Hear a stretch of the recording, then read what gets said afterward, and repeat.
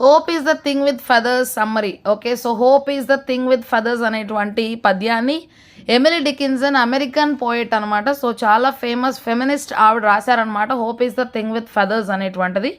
So ఆవిడ ఏ పద్యం రాసినప్పటికీ సరే ఆవిడ పైన ఎటువంటి టైటిల్ అనేటువంటిది ఇవ్వదనమాట. సో ఆవిడ రాసినటువంటి పద్యంలో యొక్క మొదటి లైన్నే ఒక టైటిల్గా తీసుకొని పద్యానికి పెడతారనమాట. సో అట్లాగే ఈ హోప్ ఈజ్ ద థింగ్ అనేటువంటిది రాశారనమాట. సో ఈ యొక్క పద్యం ఏంటి అంటే వాళ్ళ యొక్క ఆంటీ గారు చనిపోయినప్పుడు, వాళ్ళ ఆంటీ చనిపోయినప్పుడు ఆ ఫ్యూనరల్కి వెళ్ళినప్పుడు ఆమెకు ఆ థాట్ వచ్చి ఈ యొక్క hope is the thing with feathers అని hope is the thing with feathers అనేటువంటి పద్యాన్ని ఆవిడ రాయడం జరిగింది అనమాట. Speaker defines hope as a feather teacher.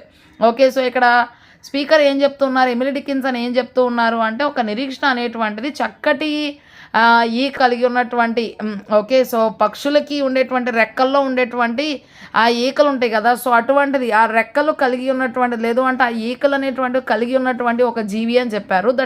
That dwells inside the human spirit. So ఆ నిరీక్షణ అనేటువంటిది మనుషుల యొక్క మానవ ఆ యొక్క ఆత్మలో అది ఉంటుంది అనమాట. సో మా మనుషుల యొక్క శరీరంలో ఆత్మలో ఉంటుంది. This feathery thing sings a wordless tune. Okay, so ఈ ఫెదరీ థింగ్ ఏదైతే ఉందో నిరీక్షణ అనేటువంటిది అది పాట పాడుతూ ఉందన్నమాట. సో దానికి ఎలాంటి మాటలు లేవు, జస్ట్ పాడుతూ ఉంది, not stopping under any circumstances. ఎలా పాడుతూ ఉంది అంటే ఎటువంటి పరిస్థితి ఎదురైనా సరే ఆ నిరీక్షణ అనేటువంటిది పాడటం ఆపట్లేదు. అంటే నీలో నిరీక్షణ అనేటువంటిది ఒకటి మొదలైంది అంటే ఎలాంటి పరిస్థితులు వచ్చినప్పటికీ సరే ఆ నిరీక్షణ అనేటువంటిది అది ఎక్కడ కూడా ఆగదు. It's a tune sounds best when heard in fierce winds. Okay, so తర్వాత దాని యొక్క రాగం అనేటువంటిది చాలా బాగా అద్భుతంగా వినిపిస్తూ ఉంటుంది అనమాట. సో ఎప్పుడైతే కష్టతరమైనటువంటి పరిస్థితులు, కష్టతరమైనటువంటి ఫియర్స్ అంటే చాలా భయంకరంగా ఉన్నటువంటి ఆ యొక్క గాలులు వీచేటువంటి సందర్భంలో ఆ యొక్క స్వరం అనేటువంటిది చాలా బాగా వినిపిస్తూ ఉందన్నమాట. సో కష్టతరమైనటువంటి పరిస్థితుల్లో కూడా నిరీక్షణ అనేటువంటిది నీకు మంచి సంతోషాన్ని కలిగించేటువంటి విధంగా ఉంటుంది. Only an incredibly severe Storm could stop this bird from singing.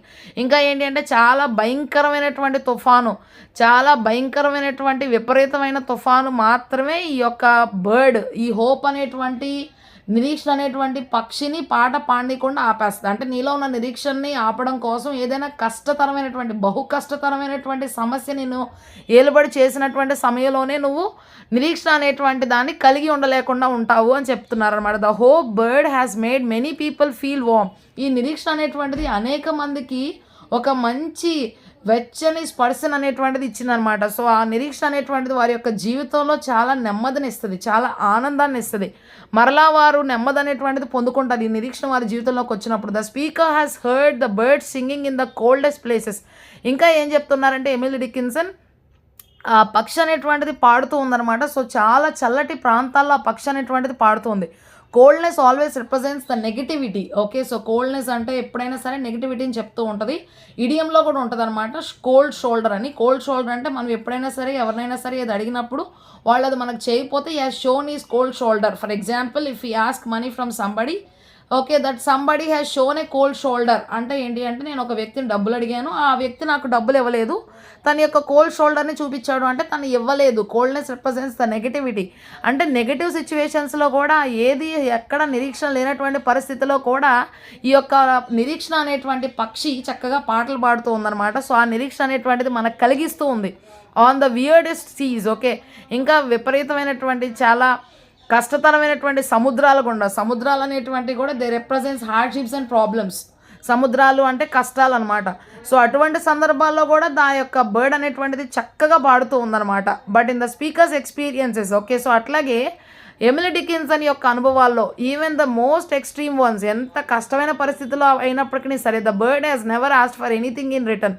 ఎలాంటి పరిస్థితి అయినా సరే ఆ యొక్క పక్షి అనేటువంటిది దేన్ని కూడా తిరిగి నీ దగ్గర నుంచి అడగట్లేదు. ఈ నిరీక్షణ అనేటువంటిది నీకు నిరీక్షణ ఇచ్చి నిన్ను బాగు చేసిద్దే తప్ప నీ దగ్గర నుండి నువ్వు నాకు ఇది ఇస్తావా అని చెప్పి ఆ నిరీక్షణ నీ దగ్గర నుంచి ఏది కూడా కోరుకోదనమాట. సో ఇక్కడ ఎమిలీ డికిన్సన్ గారు మెటఫర్ని యూజ్ చేశారనమాట. So metaphor is one of the literary devices. ఈ మెటఫర్ అంటే ఏంటి అంటే రెండు వ్యక్తుల్ని కానీ రెండు వస్తువులను కానీ అవి యాక్చువల్గా అయితే ఒకలాగే ఉండవు, కానీ వాటిని కంపేర్ చేస్తాం అనమాట. సో ఏదో ఒక ఎలిమెంట్లో ఆ రెండు కలుస్తాయి అనమాట. సో ఆ కలిసేటువంటి ఆ రెండింటిని కలపడానికి వాడేటువంటి literary device or figures of speech అనమాట. సో అది మెటఫర్.